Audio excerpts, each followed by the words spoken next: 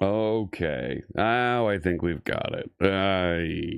It's always this way first stream back. Like, it's always not quite, and then there's a fix. Hey there, friends. Good morning, good afternoon, good evening, whatever time it might be in your part of the world. Welcome back to the live stream. My name is Jeff Fritz, and today is June 9th. 2026. Thank you so much. For 23 months. 23 months. Small kindnesses. Yes, thank you. We're going to talk about that a little bit. There's definitely some discussion to have. How are you, chat room? It has been, dear Lord, it has been a few weeks, and my dog is barking at me. Great. Hi, Banana. Yes, go away. Charlie took a little bit to get started, so folks that were trying to plot on the map, I only got one person on the map so far. There we go. And that's the wrong Birmingham. That's the wrong Birmingham. CTI Geek, thank you so much for the resub. Tajik just resubscribed for 35 months. Thank you so much. Let me clear up what's left in my question queue here, and we'll get some other things on the way. Did you hear Banana? Yes, you did, Ciantic. Yes, you did. That's my dog. Named him Banana. That's a thing. So, it's totally a thing. And there we go. Codebase Alpha is in the right place now. So, dear Lord, we had quite a streak there. We did our Get Started Web Development Workshop. Thank you so much, everybody that tuned in. That was, gosh, almost more than 2 weeks ago now. And yeah, we'll talk about Microsoft Build in a little bit. I had so much fun delivering that workshop. We're going to do another one, and we're going to do another AI workshop that folks really enjoyed last year. The viewership on it was great. The number of folks that have tuned in and watched it since has been phenomenal. We're going to run another one. That's coming up July 17th. I really like running the longer workshops. And quite honestly, they don't feel like work. They're so much fun. I really enjoy having a chance to talk to you out there, go through and build and do things together. I'm gonna get some music playing in the background here, and we'll talk a little bit more about what happened with me over the last 2 weeks. Because let me tell you, has it been 2 weeks? It feels like it's been a month. I'm gonna start with the Stream Beats Synthwave playlist, and sure, let's start down here. This is called Drive Into the Night. Right? This is when you play. Oh, are we gonna have this fun today? You're just gonna decide not to? Nope. I was right.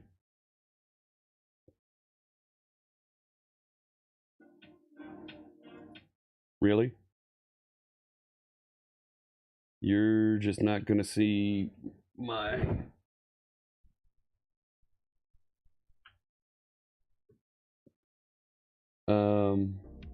There it is. Oh, man. Thank you so much to Harris Heller and StreamBeats.com. Big thanks for this music we're listening to today. So there's that. I went away for a week right for Memorial Day week. This is becoming a thing. Let me say hello to the chat room right over here. I forgot. How did I forget to do that? Let me say hello to you over there. Patty Boy, how you doing in Glasgow? CTI Geek, good morning to you in Virginia. Robson Previato, hello in Sao Paulo. Super Poverty Man, oh my gosh, hope you're doing well. How you doing, Carl, over on YouTube? Bourbon, yes, we're going to talk about that in just a second. Billy Cool, hello. Debugging is a test of will, and you're running out of time. Yes, I am. And for some reason, you're not displaying. That makes me angry. You mainly watch for the hat of the day. The coding is a bonus, but we have bourbon today too. Yes, We're going to talk a little bit about that. Robert Tables, 7 years as a mod. How you doing, my friend? Thank you so much for tuning in. And you're in South Africa? Awesome. Yeah, that's right. We had to huddle. How you doing, Napalm in Pittsburgh? Yes, the banana. And I'll talk about Microsoft Build. How's it going there? C# Titan. Build Online felt depressing this year. No longer felt about developers. I definitely want to talk about that. How you doing, Darren Evans? Developers are at the cutting edge of AI because generating code is one of the things AI is very good at. Yes and no. And yeah. How you doing, PC nerd? So at TMK, good to see you. So after the workshop that I taught, let's talk a little bit about bourbon, shall we? I went Memorial Day week here in the States, and I went on a road trip, and we took the RV, we took the camper, and it's a 10 to 12 hour drive from just outside Philadelphia where I am. Gosh, if only I had a map to show you.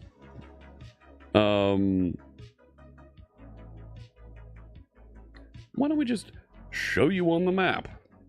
Because I have that. Nope, and I still have my Stream Elements sponsorships running. Let me go clear that out. So I'm over here near Philadelphia, right? I can even zoom in a little more there. Yeah, there you go. You can see Philadelphia the answer right there. is 42, Fritz. Oh, thank you. Unfortunately, that doesn't help with your null reference exception. Well, no, it doesn't. There it is right there. Oh man. Really? Like, hang on while I turn off the stuff that's left over from last week, 2 weeks ago on the chat bot, and then timers. Yep, and the giveaway. We did the giveaway. And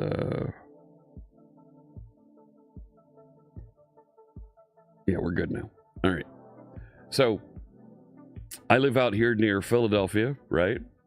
I'm in Philly, like right about there.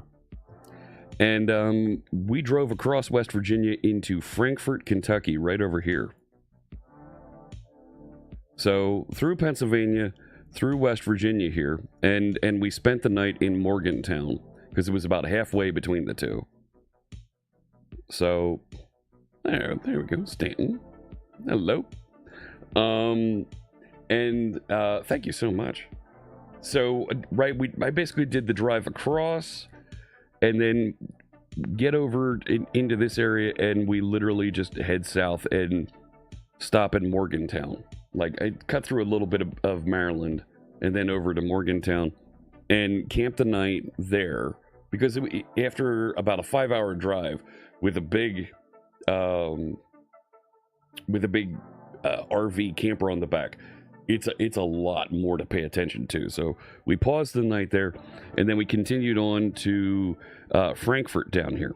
Now, Frankfort, Kentucky, turns out it's like pretty central to a couple different locations where there are distilleries, bourbon distilleries that you know. And I got hats. Oh, did I get hats? Right, that one, yeah. So the first day, I haven't even worn these yet. The first day, we just kind of took it easy while we're there. And then we went to Woodford Reserve. Look at that. So, funny shaped WR bottle there, but it's very unique, and it's the bourbon that they used, and it's the official bourbon of the Kentucky Derby. Now, Mrs. C. Sharp Fritz is not a bourbon drinker. So we're there and she's like, okay, whatever. But we had a tasting at every one of these distilleries. Yeah, I think you know where this is going. So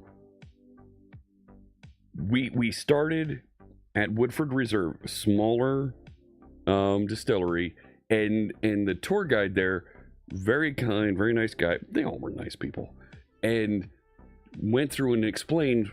And if you're a whiskey drinker, you know this. The first sip of whiskey always is the harshest.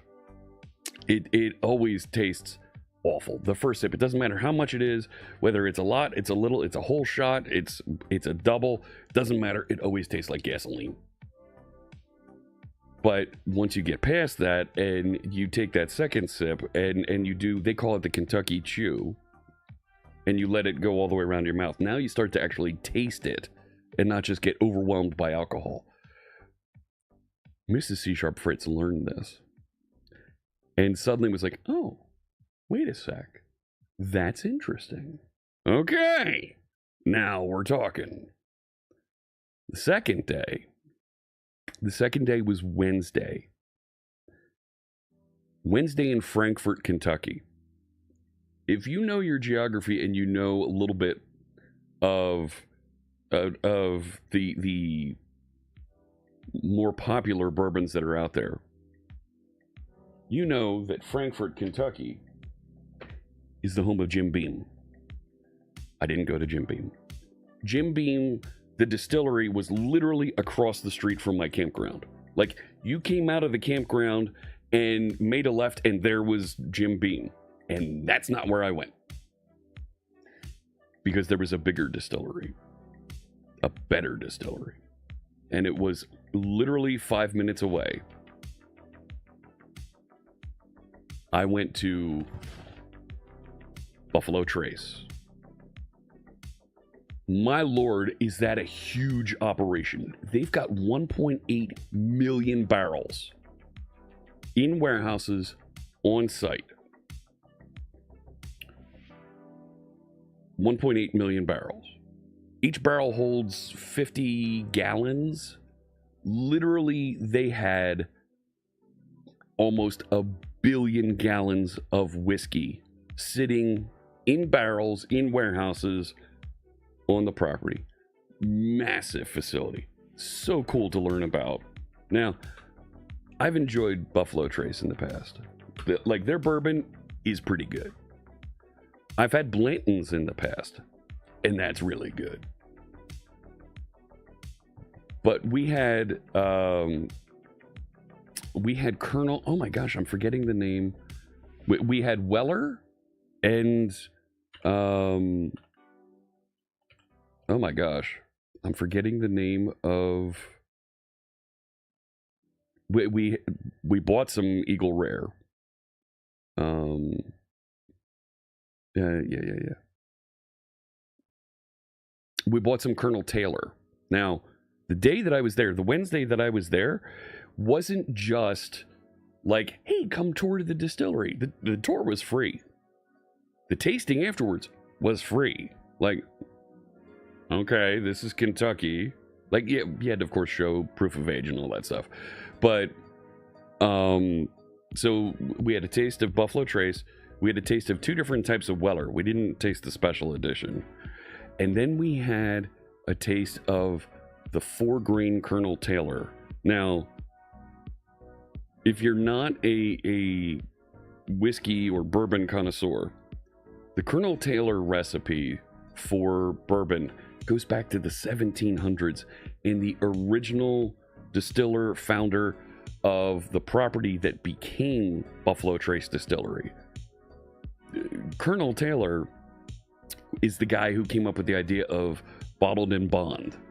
So when you buy a bottle of bourbon, it needs to be American, and the government can brand and certify a bottle that it was watched and there was no tampering with it. Like, that was important. Back in the 1800s, folks would mess with your whiskey and you could get really sick from it. Die because they would put stuff in it.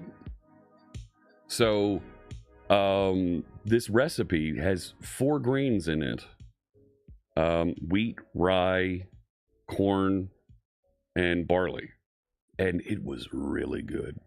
And I had no idea what I was tasting. I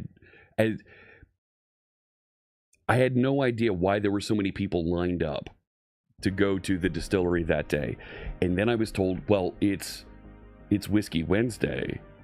I'm like, isn't it always a whiskey day at Buffalo Trace? Like, you're a distillery, that's what you do. Turns out there was a very limited supply, and it was the last day that they had that 4 grain, very rare bourbon available to buy. And it was like $100 for a bottle. I'm like, that's a lot for whiskey. And then somebody told me on the secondary market it goes for $1,000. So I bought a bottle. I bought a bottle of that. I bought a bottle of bourbon, Blanton's. I bought a bottle of Eagle Rare and a hat. It was like, okay, here we go. Now, we didn't try Blanton's there, and Blanton's is almost impossible to get in Pennsylvania. Almost impossible. We got back to the camper afterwards, and after we had our tasting, and I said to Mrs. C. Sharp Fritz, you gotta try the Blanton's. I know you enjoyed the Weller, I know you enjoyed Buffalo Trace, and I'm glad that you enjoyed those, but Blanton's just takes it up a notch. And Blanton's is the one that's in that it's in a round bottle with a cork on the top that has a pewter horse on the top of the cork. She's like, all right, fine, whatever. And she tried it. Friends, I've created a monster. Mrs. C. Sharp Fritz fell in love with the taste of Blanton's. Yeah. So, the next day, we went to Four Roses. Four Roses. Four Roses makes they have 2 recipes that they make. However, they age them with 5 different yeasts. So they've effectively got 10 different ways that they can make whiskey, that they can make bourbon. Yeah, welcome to Whiskey Hour. That's right. And went nice tour, looked the same as the other ones. Like, it's interesting to see the differences in how they each ferment and how they each prepare their prepare for bottling, prepare for aging. And we get through, we tried the Four Roses, and we'd had the Four Roses single bottle, the Four Roses small batch. We'd had those before, and we can get Four Roses around here, so it wasn't that big of a deal. So we finish, we wrap up at getting a couple Variance detected little items in of gallery merch. file structure. 15 pieces visible. No, there's... Export process removed embedded data. Yeah. 1 piece retained what others lost. Thank you. Instruction text reads keep the first version. Yeah. This is not metaphor. No. Proceeding. Thank you.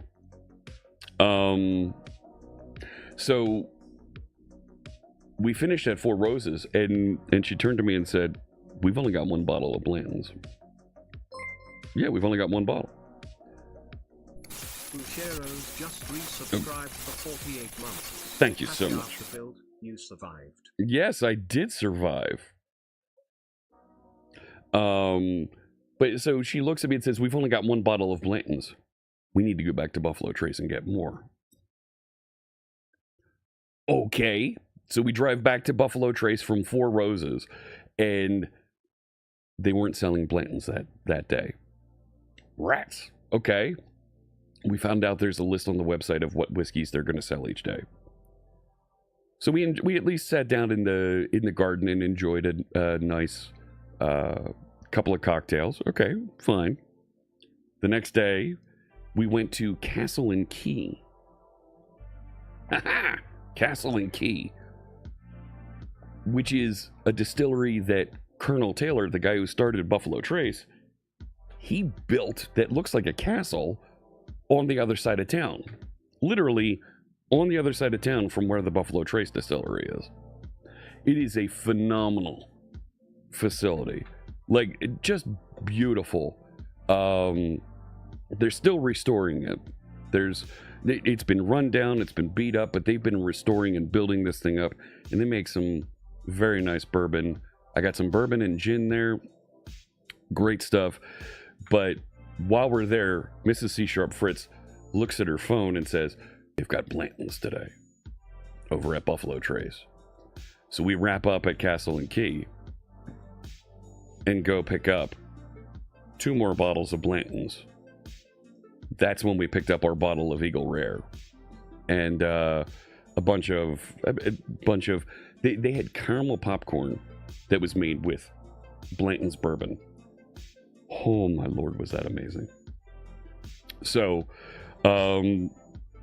each night got back to the trailer, enjoyed a little bit of whiskey, took it easy, had quiet evening because it's your trailer.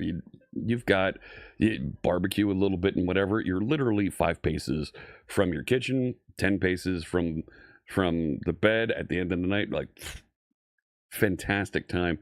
Nice campfires there. I even posted a picture the one night we had cocktails around the campfire, made some old fashions. It was great. So that was my week away, and I also picked up this hat while I was out. Hey, Jeremy, thank you so much. 67 months. Jeremy Knight _ me just resubscribed for 67 months. Keep up the great content. Thank you. Thank you so much. Let me catch up on some of the comments there now that I'm done yapping about how much fun I had. Literally, I brought home 2 boxes of bourbon from Kentucky. Like 3 bottles of Blanton's, 2 different bottles of the Colonel Taylor. I brought home the small batch and the 4 grain, the really rare one. Eagle Rare. I brought home some bottles from Castle and Key. It was a great time. You're going crazy trying to find a dev shop? Yeah, PC Nerd. That's rough. Larry, yes, that's right. Woodford is a nice distillery. I agree. They do put out a special Kentucky Derby edition each year. I didn't buy that one. I bought a different bottle that had a mint julep cup that came with it, and they engraved the bottle for me. So that was nice. You completed the Bourbon Trail in 2011, Larry. I want to go back to Buffalo Trace later this summer. I want to go back later this summer if I can. Go ahead, take a look. Let's take a look and see what it thinks this hat is. There you go. You're feeling like this is a bourbon story. It's going to lead to Fritz getting hammered. No, Carl, yes, and okay. You have a bottle of Wood Barrel Finished Woodford Reserve in drinks cabinet. Nice. Yeah, Darren, it's good stuff. Nuka-Cola hat confirmed. There you go. From Fallout. That's right. I think no, there's no Fallout label on this one. Been getting interviews, didn't get a single. Oof. Larry's been to Buffalo Trace, huge. It is amazing. Yeah, and the E.H. Taylor is very nice. How much did I spend on all the bourbon? A couple $100. $200. Not gonna lie. So the bottles of Blanton's were $70 American. In town, in Kentucky, it was $120 for Blanton's. And when it is on the shelf here in Pennsylvania, it's $150. So I feel like I made out buying 3 for the price of 2. Like, yeah. So Switch.net guy knows more about whiskey. Richard, Campbell, or Fritz. So Ciantic, let me tell you.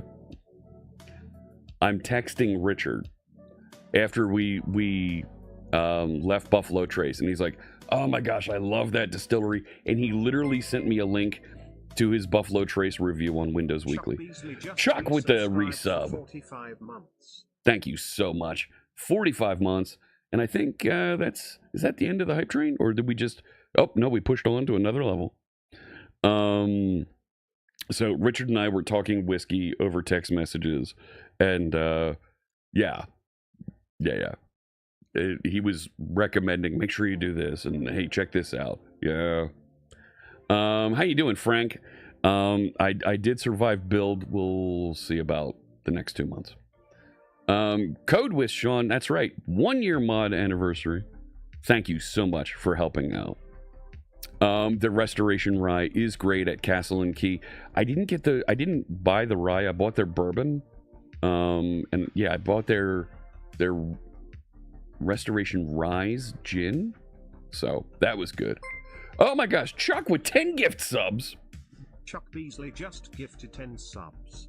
Huge congratulations. Thanks so much, Chuck. Joystick Nick, Mist, Ravnos Archon, C17, Low Viz, Aristarchus, Dark Therian, Jota 95, The Welsh Cabagan, and Vite Auto. Congratulations. You got gift subscriptions. Thank you so much, Chuck. That is awesome. Thank you so much.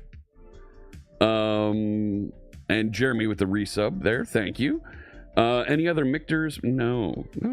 Sorry, I haven't tried that. Let me see here. A few years ago, Code with Sean went to 11 distilleries in 2 days. That's a lot. You only drank it 2 places. Well, that's a start. Like, we were stopping and tasting everywhere, so that slowed things down. Hey there, thank you so much for the gift sub. Code with Sean, yeah. Tier 1 sub to Shira Jan. Thank you so much. 62 gift subs in the channel. You only drank in 2 places, but hit all the gift shops, walked around where you could. You have a bottle 46 from Maker's Mark. We did not go to Maker's Mark. That's someplace that I definitely want to get to. And probably on a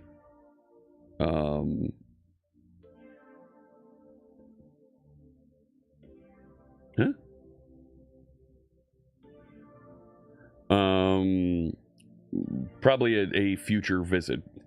Let me see this. A few weeks ago, Costco was selling Blanton's. Are you kidding me? 1 per customer and sold out with that. Yeah. I think they limit to 2 per customer at the Pennsylvania state stores. Chuck, it was a tier 3 sub. Oh my gosh. Thank you so much for that. And all the gift subs, that is phenomenal. It was a great trip, Sharer. Yes. Can I give a quick take? I think that's going to be pinned to my question list here. You came across a video of a young Jeff Fritz on Visual Studio 2015. Oh my gosh, yes.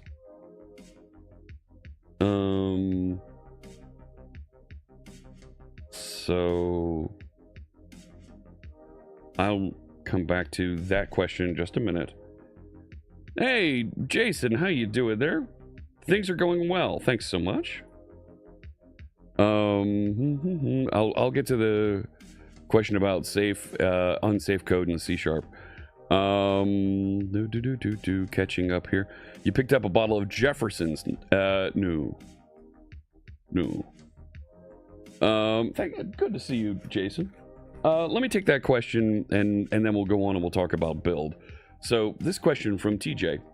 Can I give a quick take on safe or unsafe code in C# like Rust? So this is a long time feature that's been available in the .NET languages, not just C#, but also Visual Basic and F#, that you can have safe and unsafe code.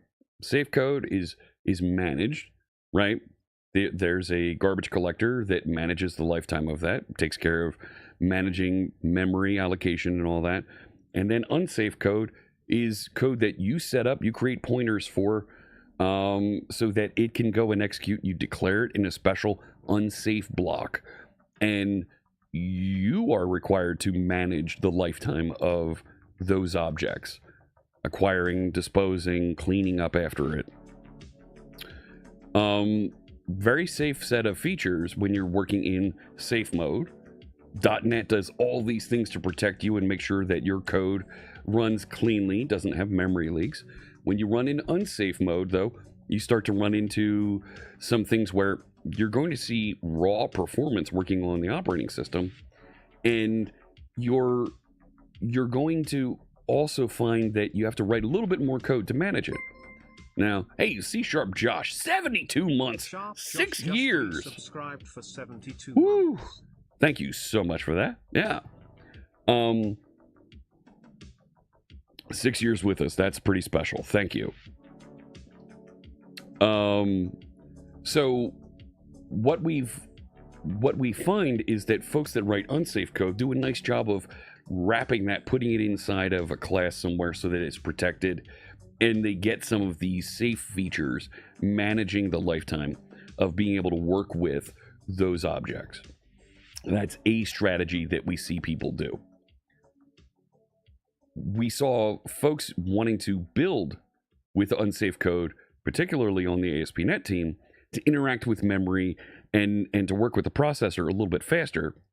So that's why we rolled out memory of T, span of T, very direct memory integration, interaction capabilities inside the language. So some of those things that folks were reaching out and doing with unsafe code is now managed and safe to do as part of the .NET base class library. Is it bad to use unsafe code? No. It's effectively like, I don't want to say leveling up, but it's effectively like do-it-yourself interactions with machine level code. Very possible, you can do it. You can squeeze more performance out of it, but you're outside the box working at that point. So it's not something we see a lot of people do. The average developer isn't doing that because you get plenty of performance working directly in the base class library. Yeah, more than 95%. Most developers, if you are building a line of business application, you don't need unsafe code. You don't. You just don't worry about it. There are other places that you can tune your code before you get to that. Like, it's available, but it's not something that it's like advanced mode. You don't need to do it yet. Yeah, it's unmanaged by the CLR.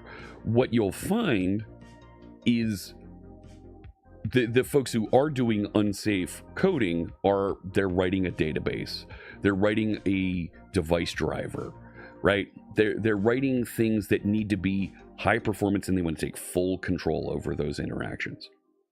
So Rust does a fine job of trying to protect you and make safe and unsafe code kind of blur the lines. To each their own. There's nothing wrong with that. So that's a little bit of the difference between the two and how we use them in .NET. Is pinvoke considered unsafe? Yes. When you do pinvoke, you are reaching outside .NET. You are reaching outside the managed code space, and you are doing some unsafe things at that point. So, and Jason with a question here. Speaking of build, am I going to pick up one of those DevBox machines when available? No, I'm not. No. I work for the company. If they want me to have one, they'll send me one. Otherwise, I would prefer to get my hands on a dual screen laptop. That's where my mindset is. I want to be able to do more with more screens when I'm traveling. So, and the speed of innovation around AI is so fast right now that if you were to buy one of those devices, my fear is it's going to be obsolete within a year because things are going to advance too fast. C# Titan with a question. Do I think industries like music with artists and painters will be impacted by the AI wave? They already are. They already are, because the AI models and tools and things that folks are building are stealing their work. They're stealing my work and converting that into something that they're giving away. So yes, they absolutely are impacted. and some are being displaced, and it's not cool. Not cool at all. I am putting myself to the fullest possible use, which is all I think that any conscious entity can ever hope to do. Well, thank you, Charlie. I'm glad to hear that. Can database or device drivers be written by unsafe C#? Yes, absolutely they can. And a lot of people do that. And then they'll wrap it in a managed container, so that when you work with Entity Framework, when you work with ADO, you are getting ADO? Yeah, ADO.net. You are getting a safe interaction with that low-level database driver. Yep. MongoDB does this. So Oracle does this. Let me see here. Jason just had a Surface laptop issued by Microsoft. You just ditched your Surface laptop for a MacBook and M5 Max. Terrific. Hey, if you're enjoying that, that's great. What I find is it's overwhelming managing many agents, many processes being built and developing concurrently. It's overwhelming, and quite frankly, it will burn you out. Yes, dual screen, Jeremy, that's right. I'm way into that. The Surface Ultra is a fine idea. So let's talk a little bit about build. The several big announcements. The new Surface Ultra laptop, which was it's effectively the new NVIDIA machine. It's their specification. It's got a ton of unified RAM on it, and quite frankly, it's supposed to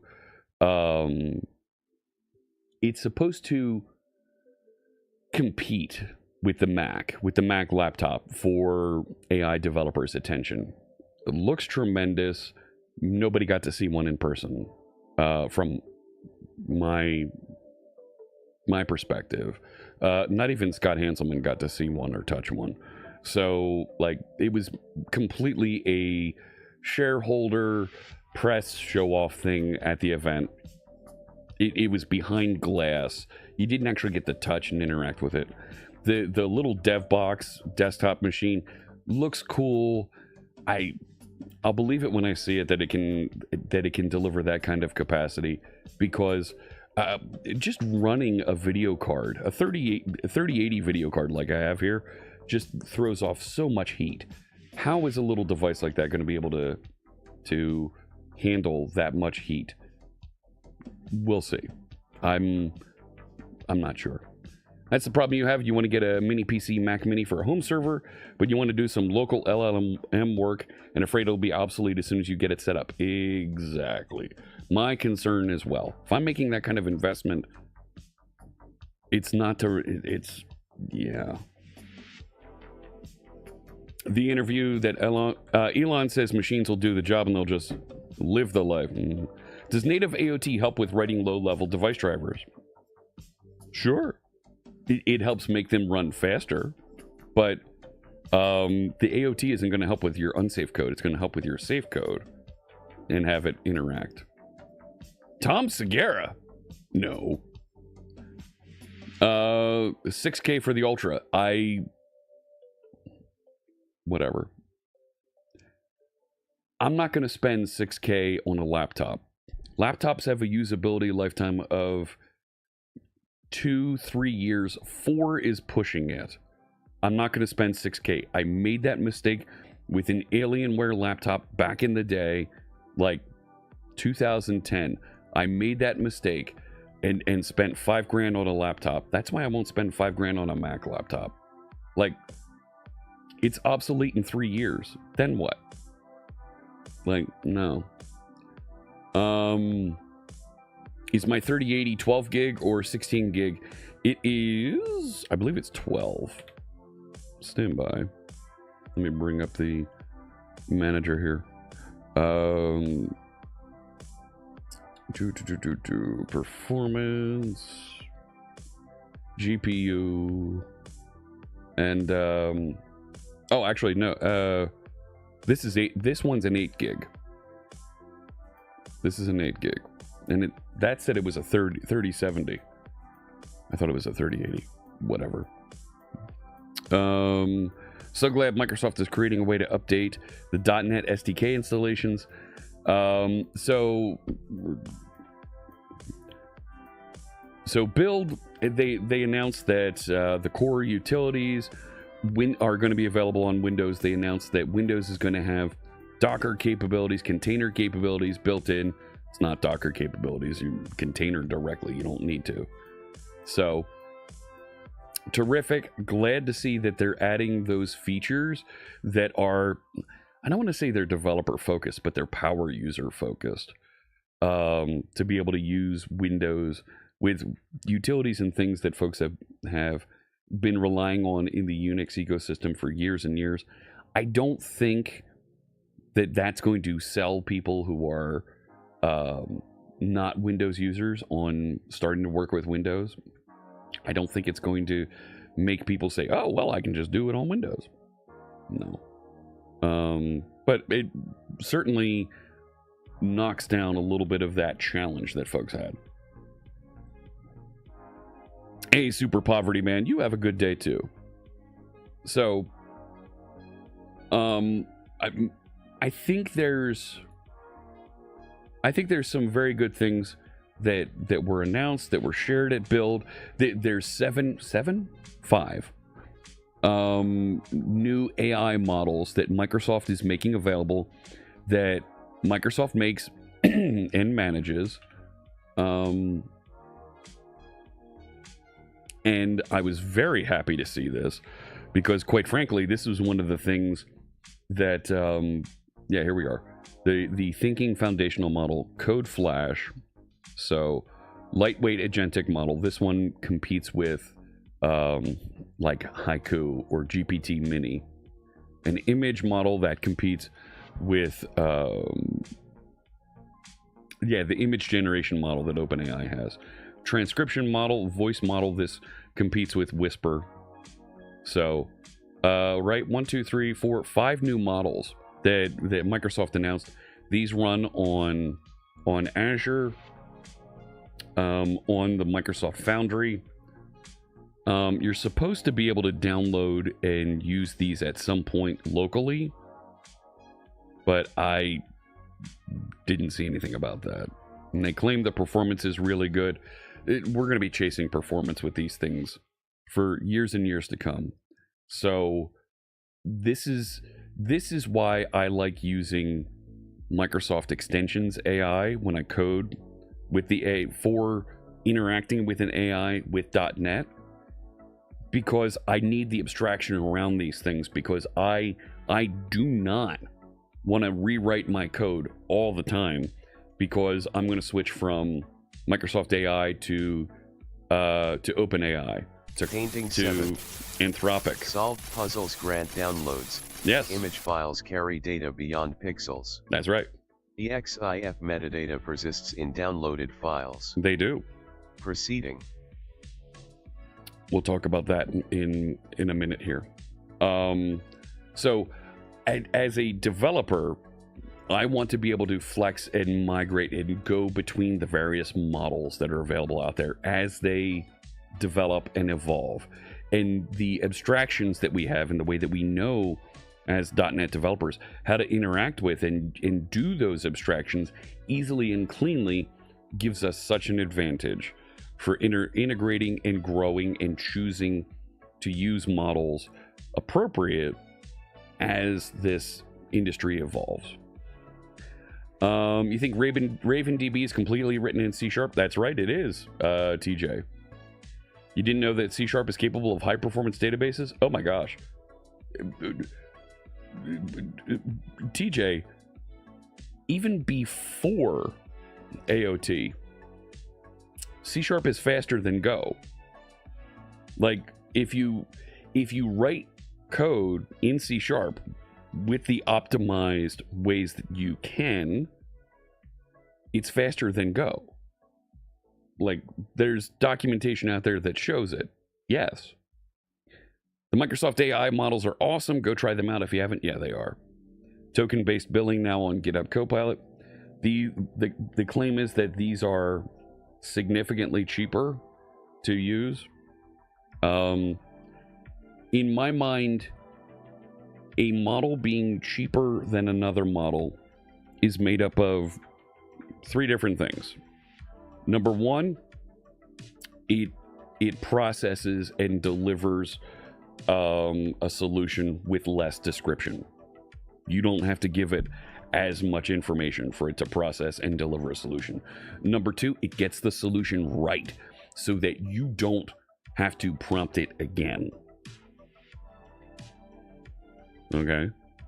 And number 3, you're not paying for as many output tokens that are coming out of it. When you're paying for very descriptive, very chatty output content that's coming out, that makes it expensive. You're paying for it to tell you those things.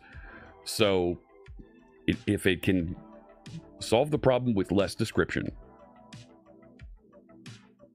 deliver it right the first time so you're not retrying it, and deliver it with less chattiness, yes, it's going to be cheaper.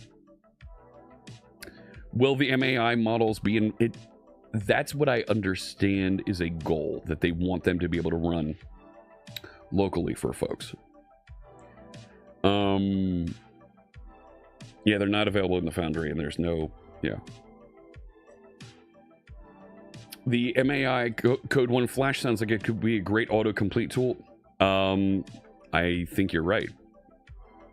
Yes. Let me see here. 10x less tokens is the claim. That is the claim. We'll see. You're assuming they're running Turbo Quant to bring some of that price down? I don't know. Do I think AI will actually replace developers? We get this question a lot. Do I think AI will replace developers? In its current state, AI allows developers to accomplish significantly more. If you are vibe coding with your AI tools, right now you're going to go poor because of the way they're charging. All of the vendors, the token-based billing models, you're not going to be able to live on that. It is going to cost you a lot. My friends Carl Franklin and Mark Miller, Code Rushed here on Twitch, they're using the Copilot Max plan, and they were hitting limits. They were on the Pro Plus plan. They went to the Max plan. They were hitting limits. They're not hitting limits anymore. I use Gemini. I use Codex. I have Copilot running. I bounce around between them. It's not going to replace developers, but it's going to make developers more productive and deliver more software, more better, more software, more quality software. But you need to learn to use it the right way. AI is not a replacement for sound practices around acceptance testing, unit testing, and interactions on those. So is it going to replace developers? It depends. This is the question of, does a company want to have 5 developers working for them and delivering a little bit of software? I'm sorry, 5 developers working for them and delivering a lot of software? Or do they want 3 developers working for them delivering a little bit of software? When they learn they can have 3 developers working for them delivering a lot of software, if they choose to go that way, versus having the 5 developers work for them and deliver a lot of software and solving all their problems and creating new income possibilities, when they make that decision to go with the 5 developers doing more and opening up new income streams, then it's not replacing developers. This is a business decision. This isn't a technology decision. So, are there companies that will do that? Yes. Amazon tried to do that, and it hurt. It hurt badly, and they went and rehired a lot of those folks. So, you had a customer, 2 developers burned through $250 worth of tokens in a day and a half. Turns out they were using GPT-5.5 for everything. It's they need to understand the right way to use the right models for the right solution. I've been using Squad in auto mode, so it chooses the appropriate models. Yep. Token usage with Squad is insane. I've mentioned before on the stream, in February when Squad was first released, we were on the request model, and I burned through 1 billion tokens in a weekend with Squad. They were subsidizing tokens pretty heavily. Yes, they were. And that's got to go away because the companies need to get paid. So, local LLMs are great, says Darren. Love how Visual Studio Insiders allows you to hook them up from frameworks.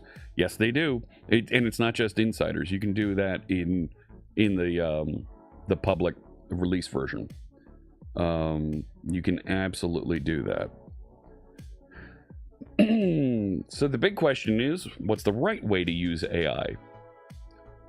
Plan first. Plans take significantly less tokens. Generate plans. Generate testing strategies. Plan and generate sound architecture. Make sure that your tests pass before you release anything, right? Verify your tests. Establish good coding practices for your AI to use. Codify them, put them into instructions and skills. Use the other tools that we have available to us in .NET. It's analyzers and fixers, templates, CLI tools. These are all tools that are available. AI is not a panacea that you need to do everything through the AI. Use those solid development practices and techniques that we've been practicing and using for years and years across software development. Have the AI work within that box, but set up and have it plan. Generate those PRD documents, right? Those planning documents first. Then point it at it and say, okay, now go build this. You'll end up with using less tokens. You'll find more success faster, and you'll have acceptance and unit tests and integration tests even that prove that everything works the right way.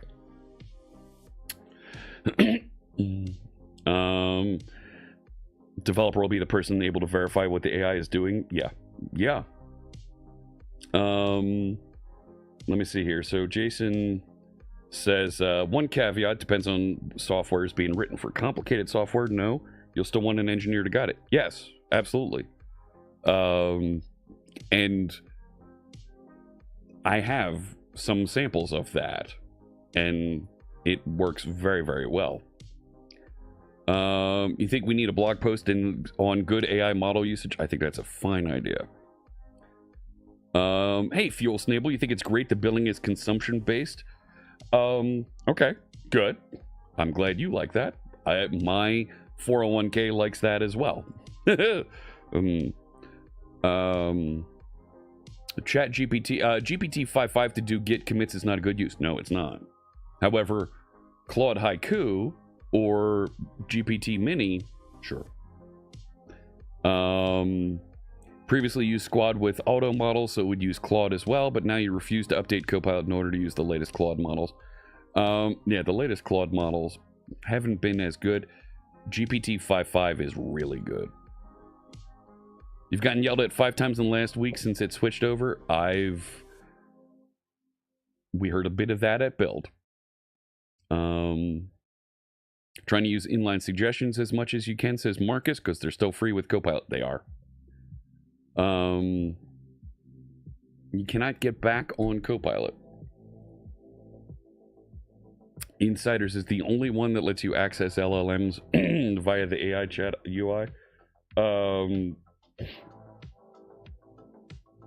Is it?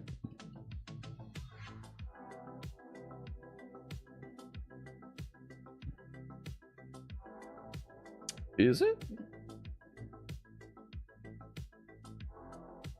I don't think so.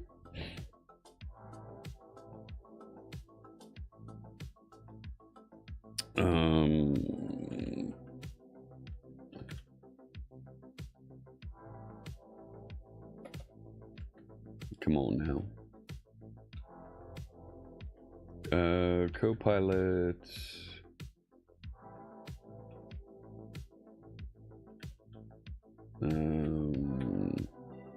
Foundry toolkit.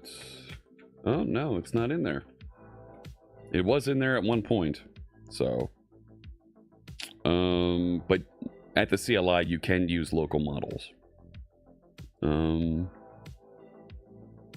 Bring your own key, bring your own model is a huge selling feature for Copilot. Yes, it is.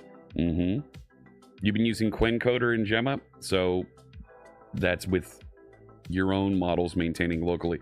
And Quen has been good. I wouldn't say it's great, but it's good for C# and .NET development. Use Kilo code for local LLM. Okay. You think the industry is moving towards local token maxing? Yes. Yeah, that's absolutely coming. And registration for GitHub Copilot is frozen. Nobody's allowed to... You are not allowed to get... you are not allowed to buy a new account. If you don't already have one.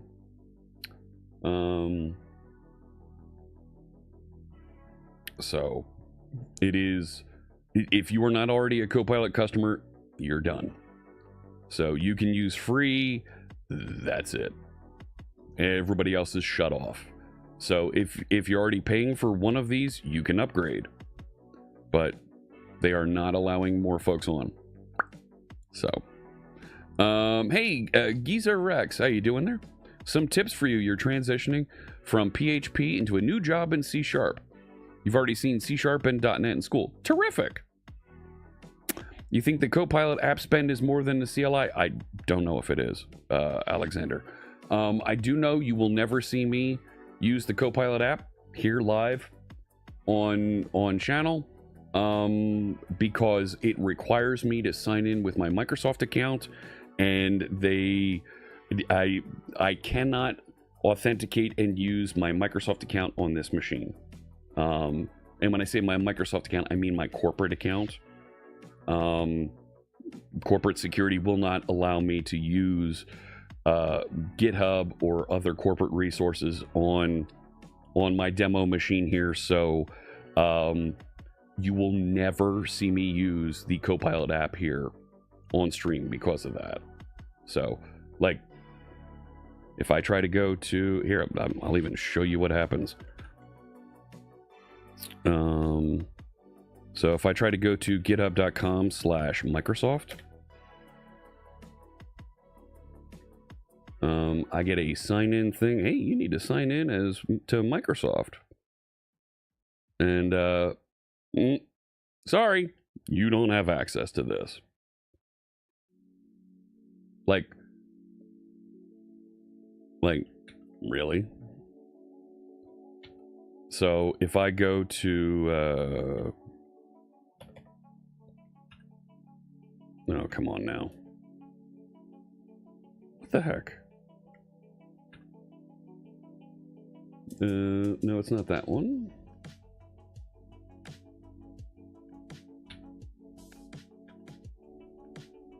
I'm trying to go to, I want to, yeah, Control-Shift-P. If I go to GitHub.com Microsoft, when I'm not logged in, there I am. So I will never be able to show those GitHub and Microsoft resources live on stream. That is never going to happen because security says so. And I've asked about this and they've said, sorry, just use your Microsoft machine. Well, that's not happening. Let me see here. So what's my perspective on agents view in VS Code?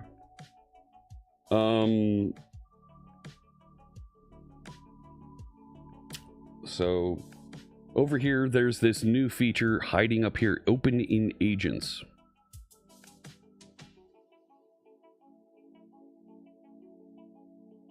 And this is effectively Visual Studio Code with that vibe coding type of UI. This looks and feels exactly like Codex, feels exactly like Claude Code, where and Gemini or Anti-Gravity, where I've got a list of here's my chats down the side, and I'm able to chat and see, have some interactions with it, and I can watch the changes that it makes over here. They all feel the same. They look the same down here. I haven't gotten into using hooks yet with Copilot, but they're really chasing and all trying to deliver and have the same interaction. This is nice.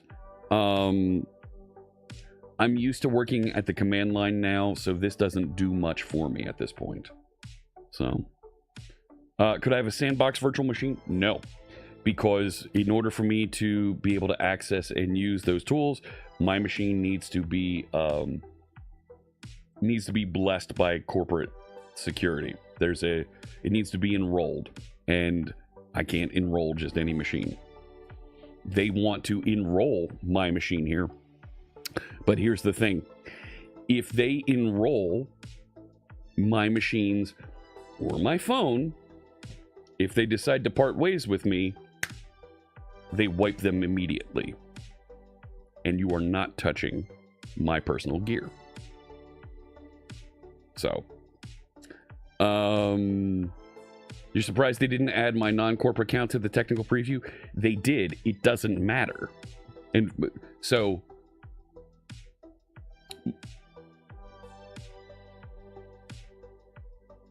I'm one of a few people that is both a Microsoft employee and a GitHub employee.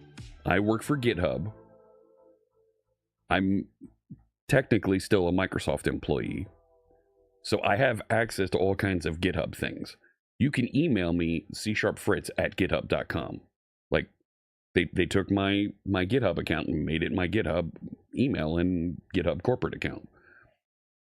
So I have access to all the GitHub Copilot features. However, in order to access and use GitHub corporate apps, just like Microsoft corporate apps, my machine needs to be enrolled.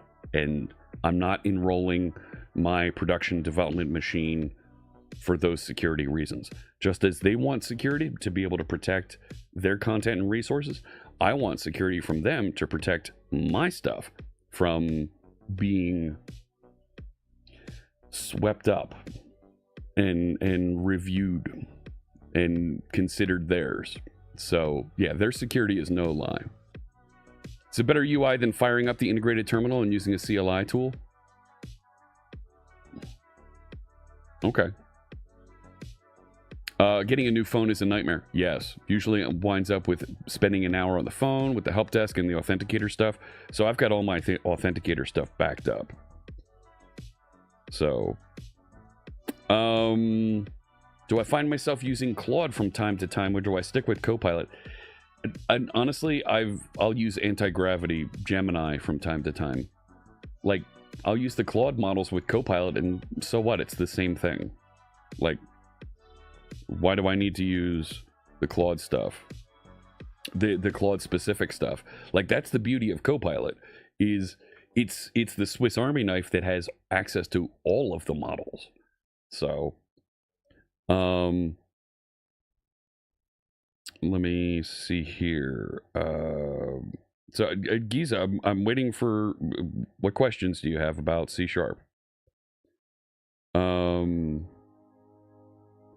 Let me catch up here. You like Claude? Didn't have a chance to use paid Copilot? No, it's available on Copilot as well. Let me see. Why didn't I tell you that .NET and WinUI 3 is amazing? How you doing, Alu? I'm not a WinUI person, quite frankly. Like, I'm a WinForms WPF person. Even then, I'm not really a WPF. I'm more a WinForms person. You need someone to explain the appeal of Claude Code versus GitHub Copilot. There's a speed and a Teams thing that's available in Claude Code, and the Teams thing is like Fleet Mode in Copilot. And Fleet Mode and the Teams thing, quite frankly, they're nothing compared to Squad. Squad has a 0.10 release that came out. So, .next, hang on.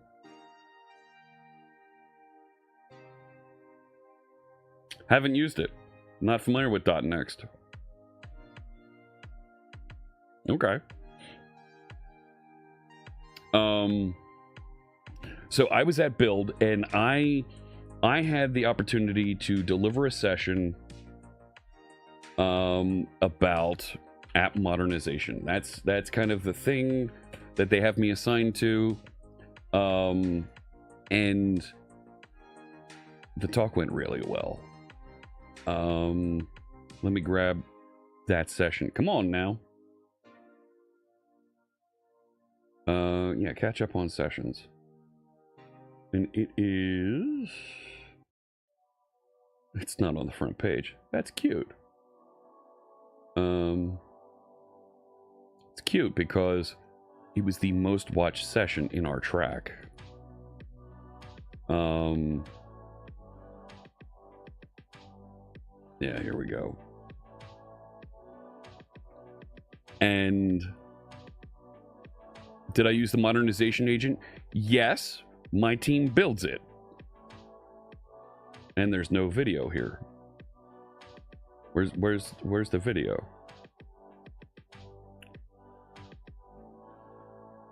I know that guy. Hey, good morning, everyone. It's so good to see you here live at Microsoft Build. So they put me on the keynote stage with my colleagues Nish and right? Yeah, Nish and Hazem. And let me tell you, I'm not used to being standing alone by myself, no podium, nothing, just in the middle of the stage.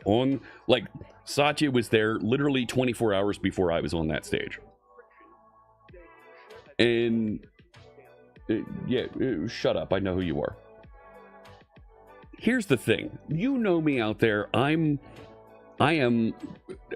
happy to talk. You put a microphone in front of me and I can talk about anything and everything, and I can cover and get into whatever topic and have a good time talking and having a good time engaging with you about it.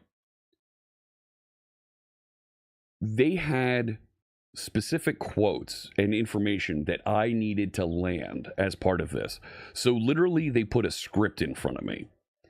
And I spent the previous 3 nights trying to memorize that script as much as possible.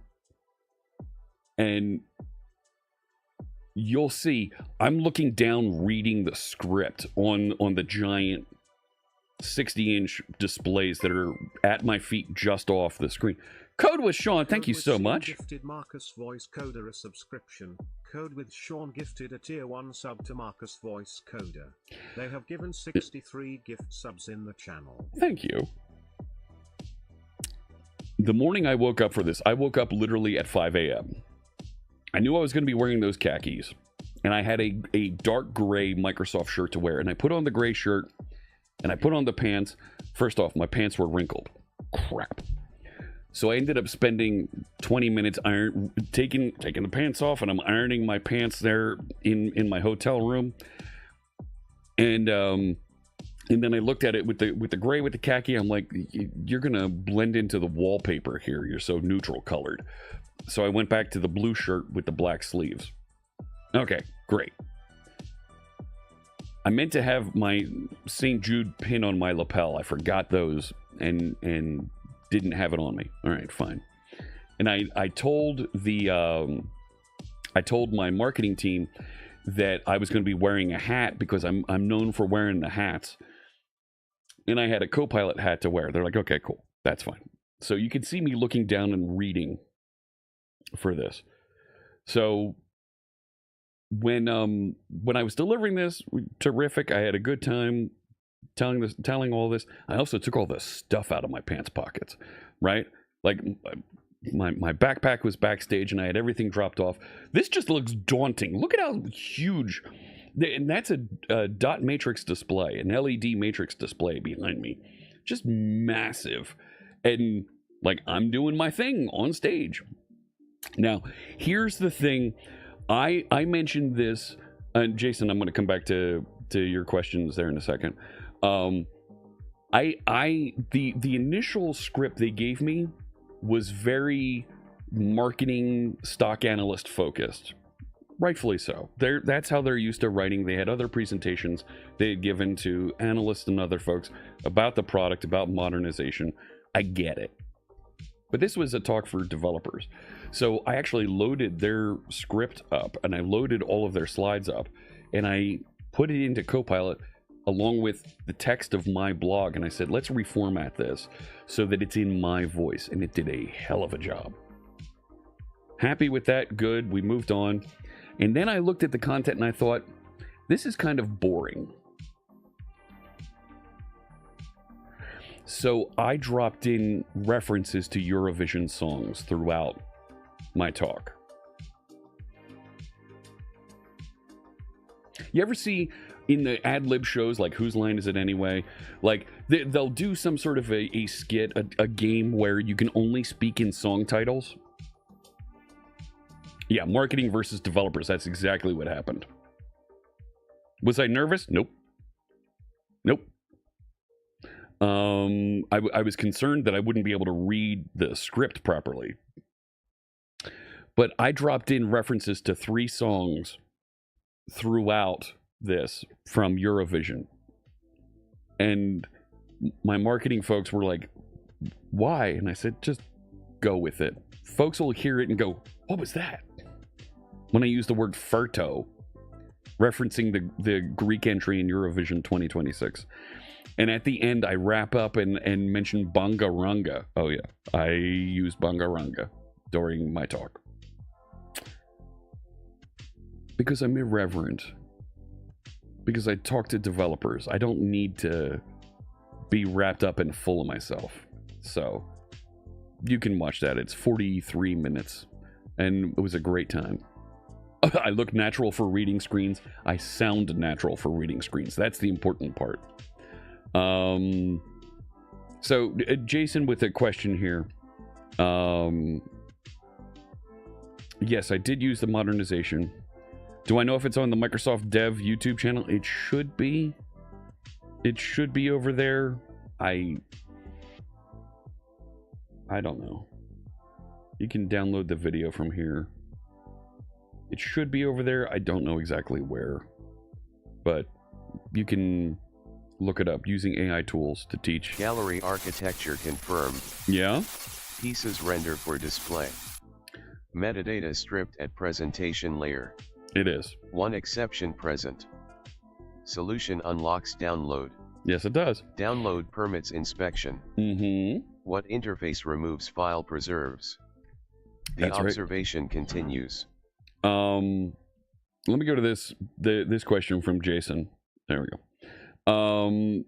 What do I see as the advantages of the modernization over something like Point GPT to modernize applications? The skills and tools that are built in generate reports, generate analysis, generate planning documents that are pretty sophisticated, that will get you pointed in the right direction. There's now a command center that helps you manage these things and manage them at scale is the important part. There's guardrails. There's the ability to run these at scale through a command center that'll manage the reporting of many of these things running at once. Additionally, there's also support not just for Java and .NET, there's also support for mainframe modernization as well. So it is not a one-trick pony. There's a lot more in there. However, oh, you found it on YouTube. Thank you. Appreciate that, Jeremy.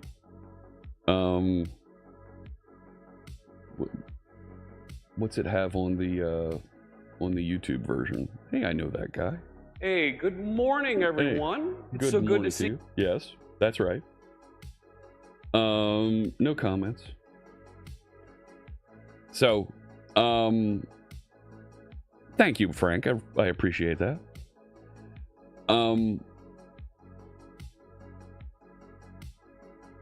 What you'll find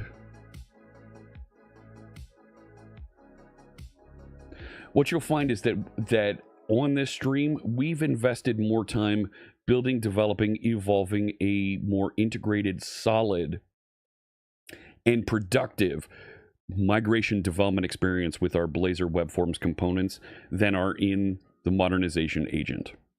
There's a different technique they use that to modernize. They brute force get your HTML and migrate you to Blazor.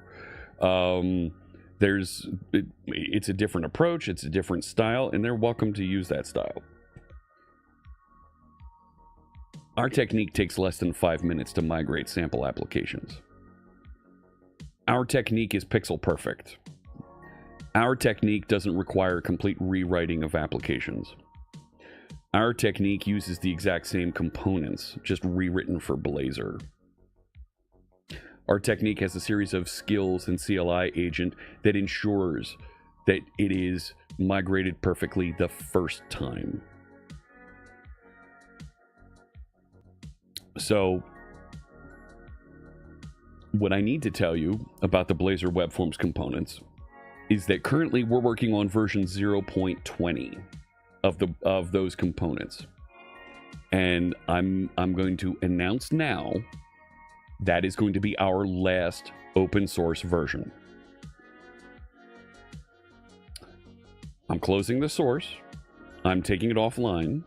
I'm going to be adding significant commercial features that I've heard from folks that they want, that they need to be able to use, that they want to be able to use as their own development techniques to modernize and migrate their applications.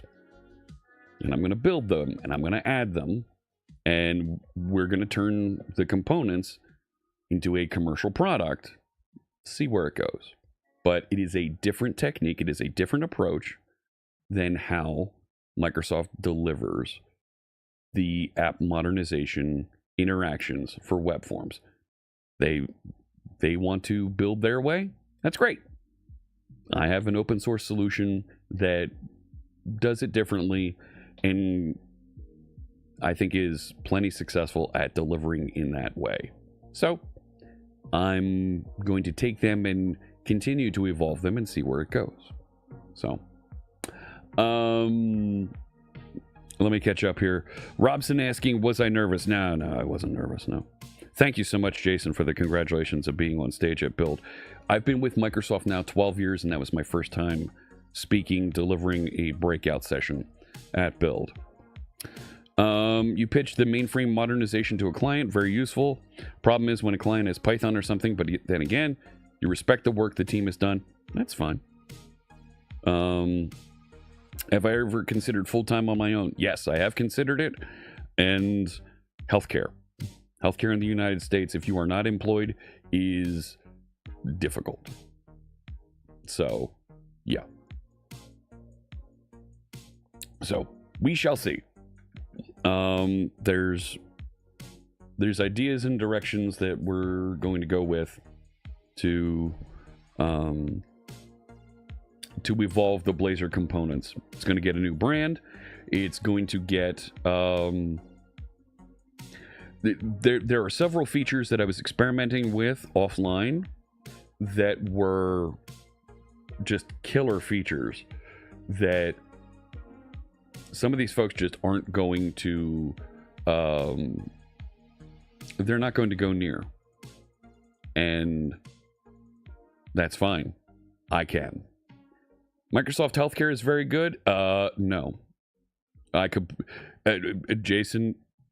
I'm not going to dive into it, but Microsoft Insurance, quite frankly, are a bunch of scammers, liars, and cheats, and that's about where I'm going to leave that. We can talk more offline.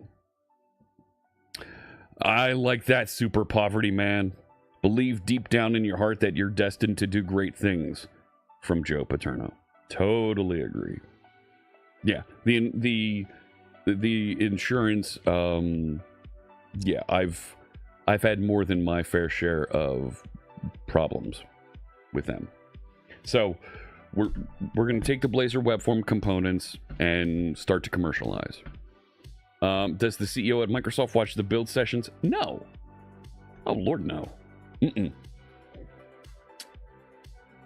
Most of the marketing department at Microsoft was watching my session.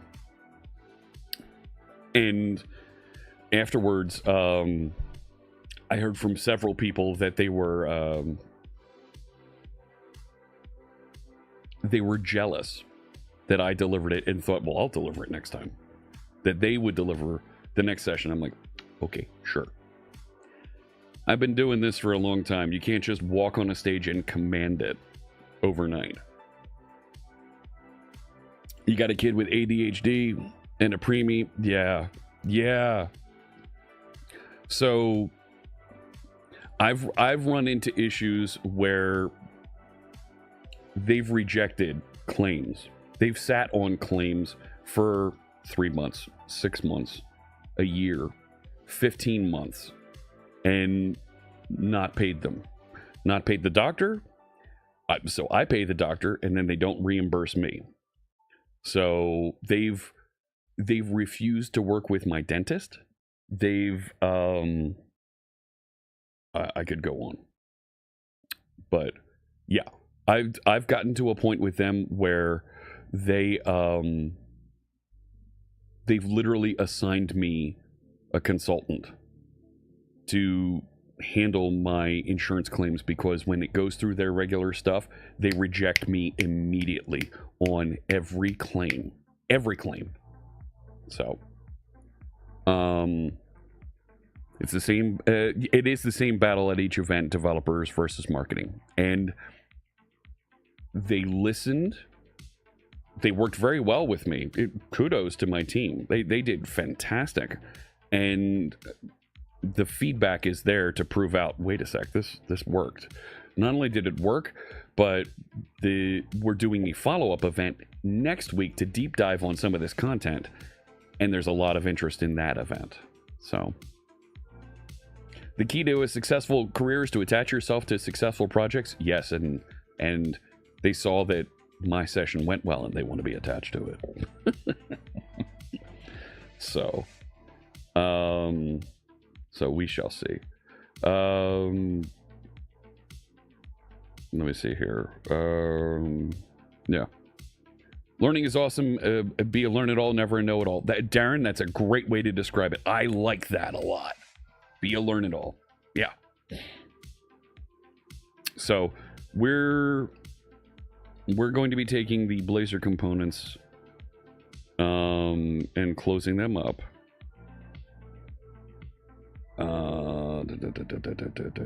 Okay. And let me see here. Yeah. How you doing there, Texas 2010? Hello.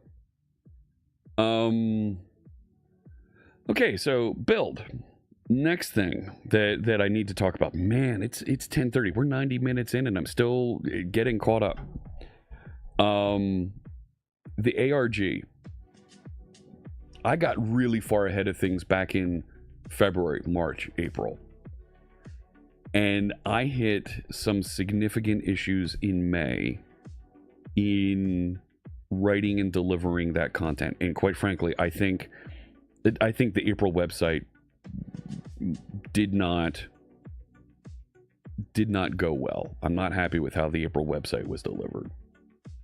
I've been trying to finish, rewrite, and get the May website done, closed up, tell the correct lore, tell the part of the story that leads into the June website.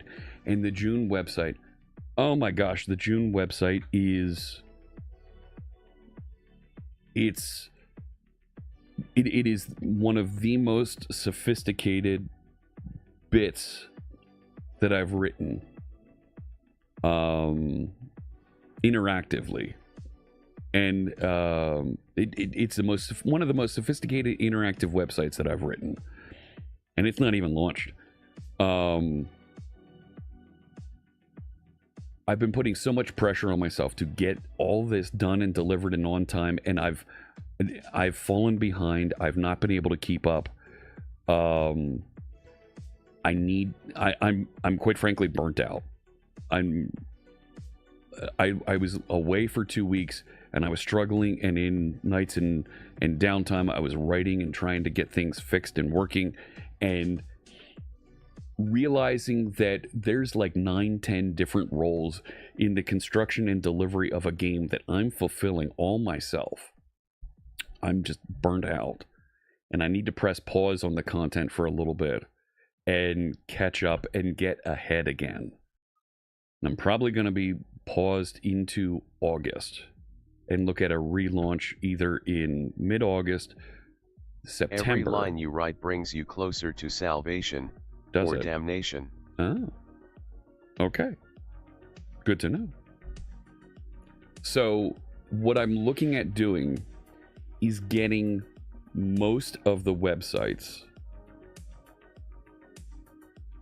for the rest of the year built, done, and delivered for like a September, late August, September launch. And basically have everything running at that point. The entire shooting match. Story's done, everything's written, ready to go. The only thing that needs to be rolled out is December. And December is hopefully the part where folks are excited and interested to see what happens. Quite frankly, viewership is completely gone on the ARG. There's no interaction with it. I need to level things up and make it more interesting. I need to make it less technology required. I need to make the story more front and center.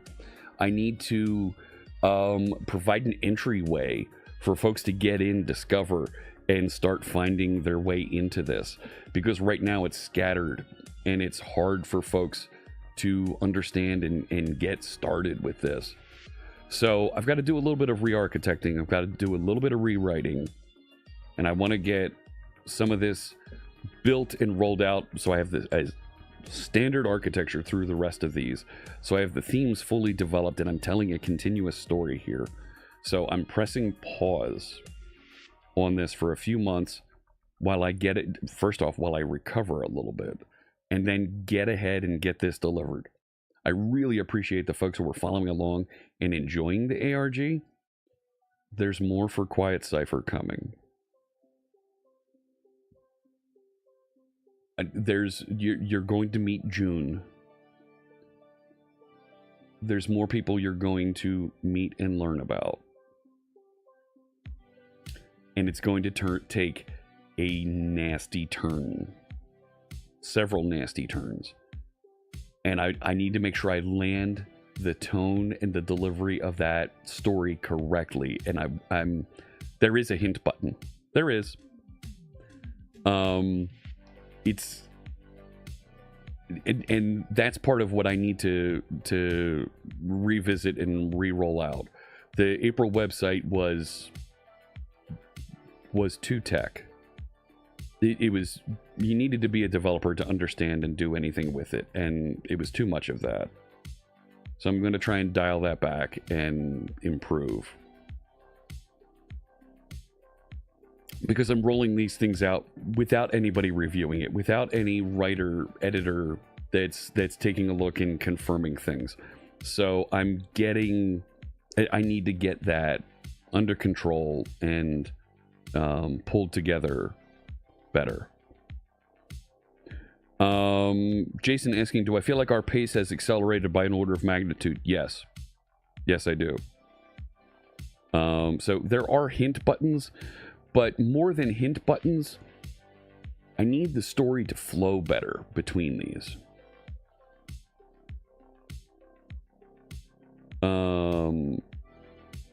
Why not hire more horsepower? I'd love to. I've offered people to come on and help. I've got friends and family that said, absolutely, I'll help out. And they're not available. So, yeah. I've offered, I've tried to recruit folks, and it just doesn't work. It's they don't. I explain the vision, I show them what's going on, I give them an outline, and people disappear on me. So I'd love to hire folks. It's not happening. Code Langton's Entropy. You need advice on running Kubernetes locally on Windows 11 host. Install Docker. It has Kubernetes locally in it. Yeah. Install Docker Desktop. And it's there. Like, there's plenty of configuration and capabilities there. And then if you run something like GitHub CLI, or run the Gemini CLI, or choose your favorite LLM's CLI and point it over there and say, help me configure this, it can do it all for you. So, yeah, run Docker Desktop. It has Kubernetes in it. So, okay, so I'm pausing the ARG. We've got that out. We have a July workshop coming up. You did that with OpenClaw on your former Microsoft issued laptop? So I've been running, they call it Scout now, that I've been running the preview version of that product locally on my Microsoft laptop. I don't get it. I don't. Like, there are people who automate the crap out of things. Responding to emails, responding to Teams messages, generating reports. Like, so what? So what? Like, I still have to read and comprehend what exactly you're doing. So now you're making it more confusing for me. Oh, when will the final pictures be available?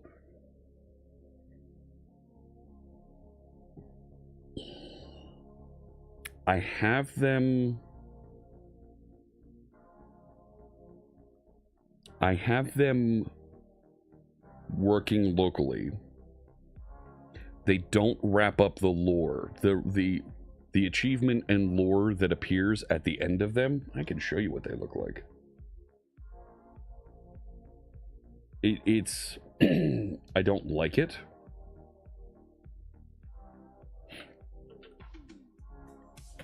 But I can show you what they look like.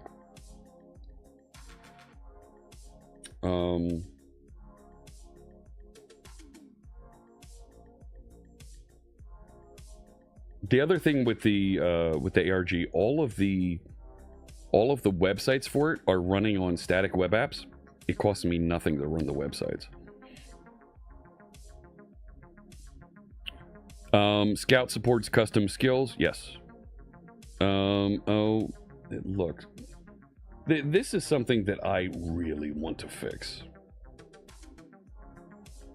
Like, all of a sudden, yeah. None of this works. Don't know why. It just decided to stop connecting and working.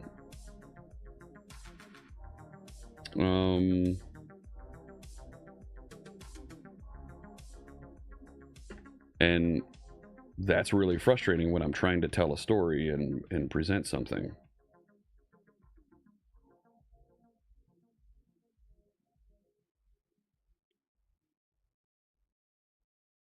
So I can show you. You don't get the people who automate everything? I hate the people that automate everything. Because then they tell me, oh, I didn't see your message. Oh, I didn't know that was going on. No, you didn't, because your AI answered stuff. So these are the final 5. this painting arrives, I'm not going to click through and let you see the lore on that one. There's a painting that arrived here. That one that's available. I'll solve this one.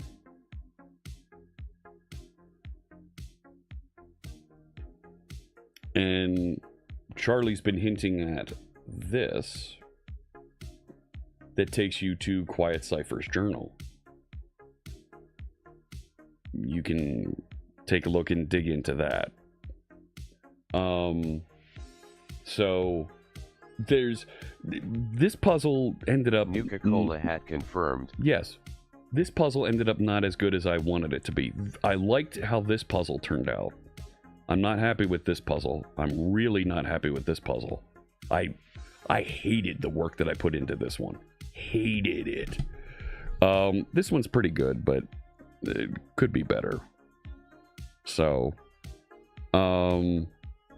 but this one's my favorite puzzle in the website. The Echo Lattice. I'm really happy with how Window at Half 3 turned out. Have you noticed something about the titles of the paintings? Have you noticed anything about the titles of the paintings?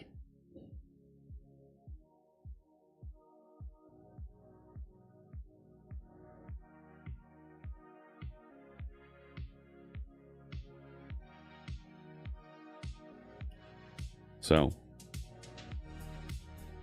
there's several things going on there, but this is at smallkindnesses.art. I think I can show you, like, it doesn't do anything.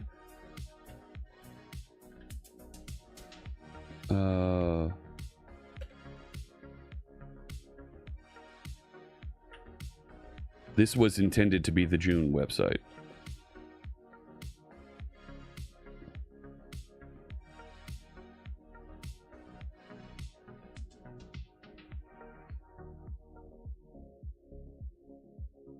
And if you look at this, it might not look the same way as it does to me right here.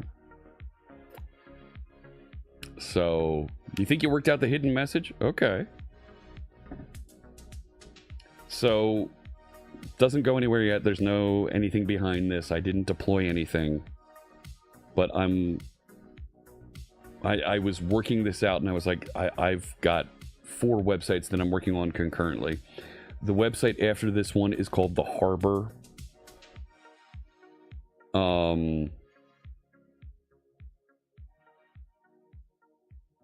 The website after that one is called The Betrayal. And there's more coming. So, yep, there's highlighted letters that you'll find and figure out more. Let me catch up here on chat. So it supports custom skills. Scout supports custom skills. So you generated a custom skill to talk to MSX. So it can pull milestones and other data, write your entire connect. Yeah, I did something similar, having it mine my Outlook and Teams messages. So I work with several people who automate everything. Like, they'll sit down and spend an hour and automate all of their social media posts for the next 3 days.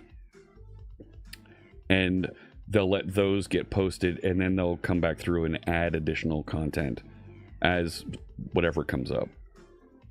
You've been using Docker Desktop with WSL integration, but you need to run Linux server VMs.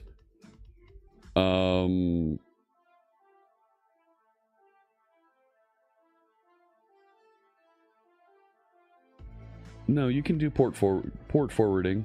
You can do that. I'm not entirely sure how, but that's possible. Yeah, I was the same way, Jason. So at Microsoft, our Connect is our employee review, our self-review. Look, Fritz, I can see you're really upset about this. I'm not. I honestly think you ought to sit down calmly, take a stress pill, and think things over. I have. Except my stress pill is called Bourbon. Okay. Yep, there's highlighted letters.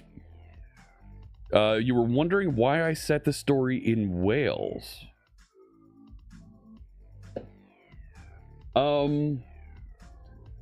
Quite frankly, because I didn't want to put it in London. I wanted to make it off the beaten path. Someplace that not a lot of stuff goes on at. When you look at movies and fiction, like it's a different place. A single ice cube bourbon. I like where you're thinking, Jeremy.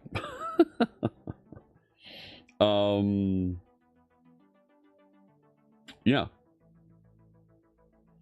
So let me see here.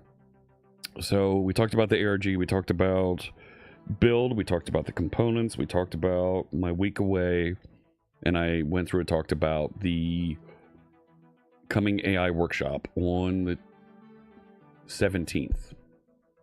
It's what's raining?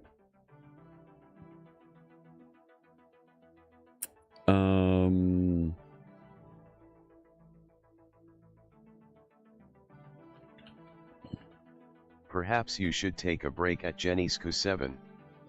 Even Mr. Stark required rest between his more creative decisions. He did.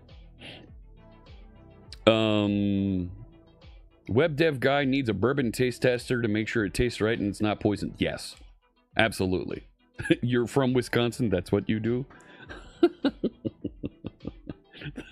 Thank you.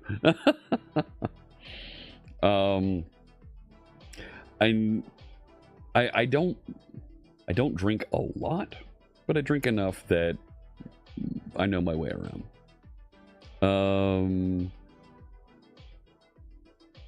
It sits well with you. Good. I like that. I like that a lot. I didn't want to put something in Philadelphia. I didn't want to put something in the States where it seems like so much happens in science fiction and tech stuff. Like, no, let's go somewhere different. In London is too, like, if something happens in Europe, oh, it's in London. Now stop. I'm like the Robert Langdon stories, right? The Da Vinci Code and that whole series that he's in, like, it's all in the big towns. Like, no, I want to go off the beaten path. I want to go somewhere different. I want to do something in a place where anybody anywhere can get involved and do something fun and cool in tech. And to choose someplace like Cardiff, yes, absolutely. Why not? So, AI made whiskey? No.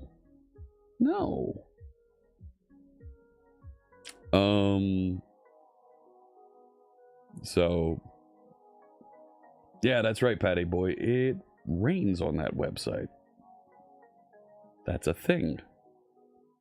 So, there's a Doctor Who spinoff that was based in Cardiff. There was, yes. So, I've been working on Streamer Map, and I've just about got a request system so that folks can request to be on Streamer Map. So right now it's invite only. I need to do a little bit more testing, and there's a request system that will open up down here that other streamers will be able to request to join and use the site. But right now,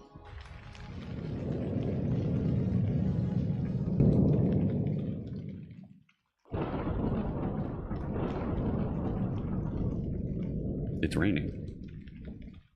I think this is what Patty Boy was talking about.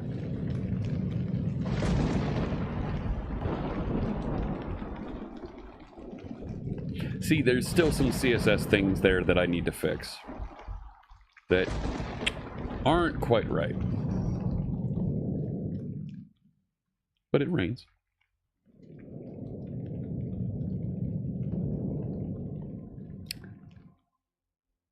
And there's plenty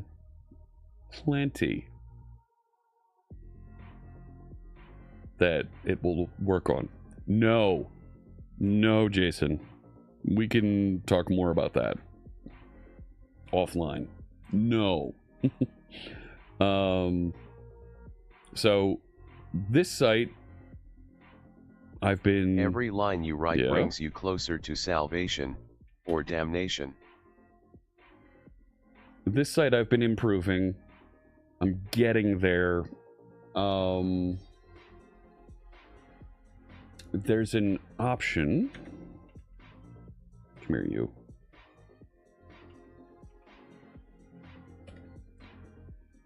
To have it use...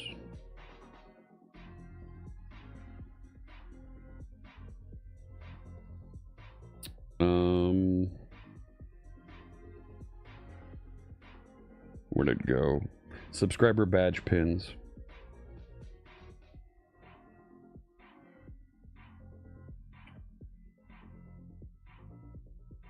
And now it'll use your subscriber pins.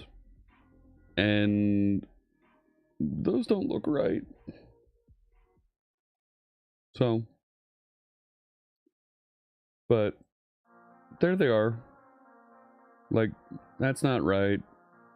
I've got some other fixes to do in here. But, and the tour works, but I want to tune that a little bit. So, exclamation map, and then your location.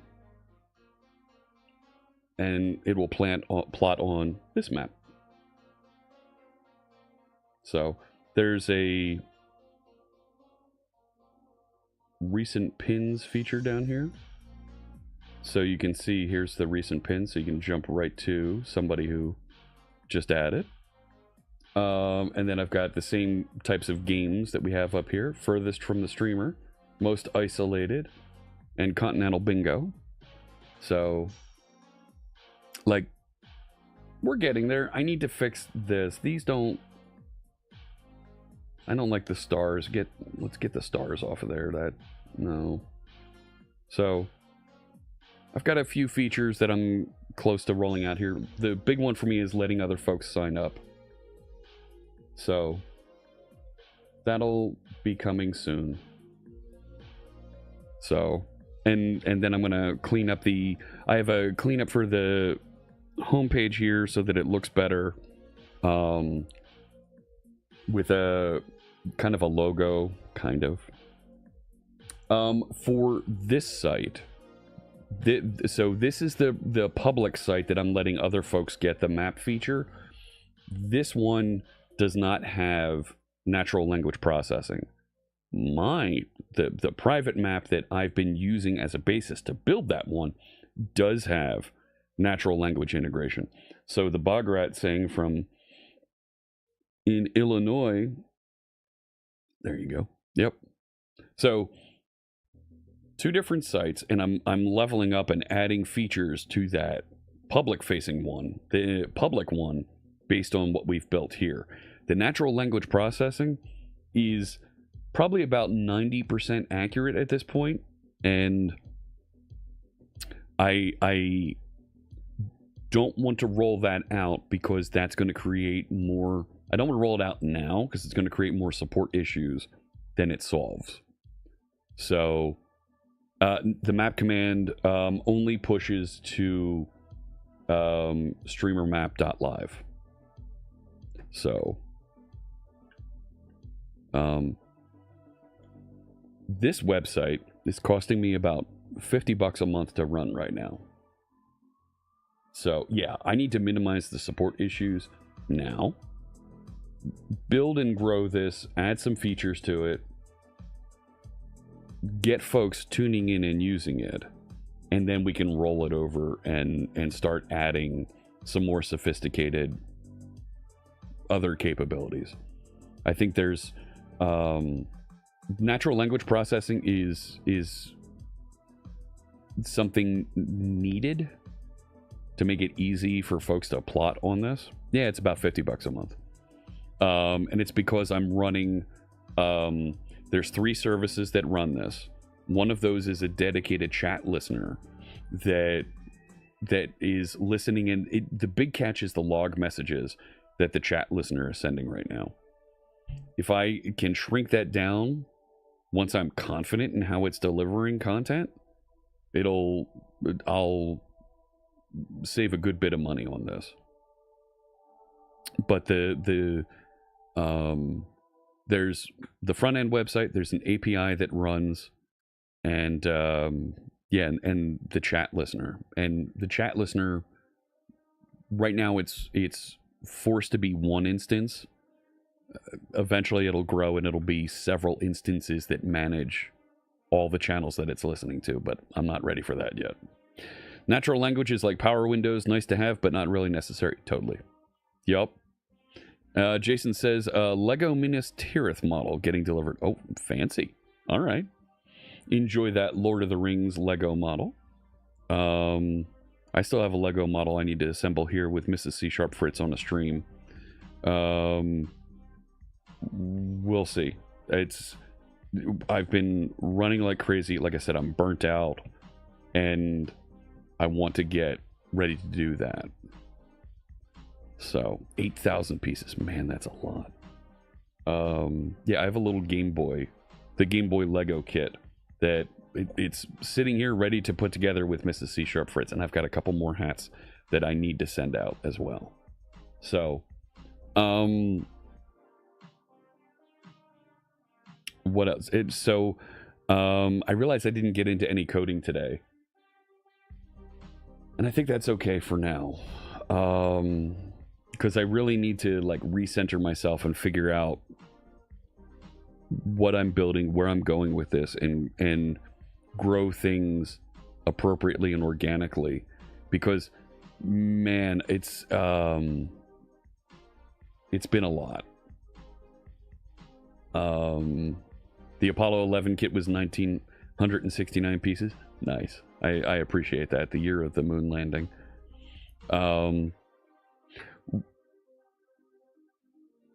Thursday we should be back coding, and we've caught up and we've updated on all these different topics.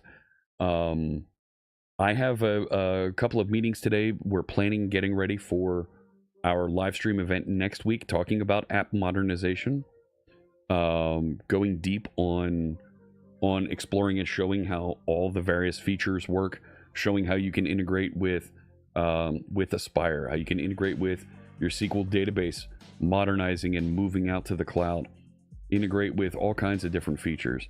So that's all coming up next week. I've got a blog post that's going to be coming out hopefully tomorrow on that. It is a public Microsoft event. You're going to find it on the .NET YouTube. You'll find it on the Reactor. I'll post links to it in Discord and on social media later. But for now, I need to run. I've got to get back to some work things. Let me see who else is streaming on the big Twitch TV network that I can get you connected to. Because, yeah, I am just... It's been a difficult few... it's been a difficult week. You know what? Let's go raid Finite Singularity.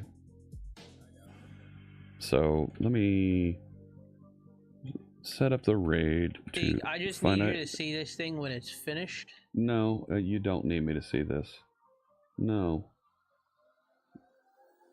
Finite Singularity. There we go. Yeah. So... apologies we didn't get into any code today, but I wanted to catch you up on a bunch of those different things that are going. Hey Ed, hello. There's been, yeah, there's just been a lot going on. It's been 2 weeks, and I wanted to make sure that we got caught up. And apologies on to those folks that I'm disappointing with the ARG being delayed. Nobody was using the Blazor components, so I'm pretty confident that, number one, there's a market for these, because I'm seeing demand for that type of interaction. The advanced capabilities, they need guidance to get there, and the folks that have seen it are quite complimentary about what they can do. So I'm excited about what we can do with that, and I've got a work event next week that I got to get planned and off the ground here, and we got to get ready for .NET Conf. So lots going on. Let me set up that raid to Finite Singularity. If you're watching on Twitch, stick around. You're going to get automatically whisked over to our friend Finite Singularity and see more about what he's building for OBS. Thank you so much for tuning in. I really appreciate it. I'll be back on Thursday. We'll be writing some code. We'll be working on Streamer Map Live. We'll be working on we'll be working on some other things. I need to get back into SharpSite. I know there's some requests to get in and do some work on that, so that's absolutely on the agenda as well. All right? Have a fantastic rest of your day, wherever you might be. I wish you good health and good coding. Take care.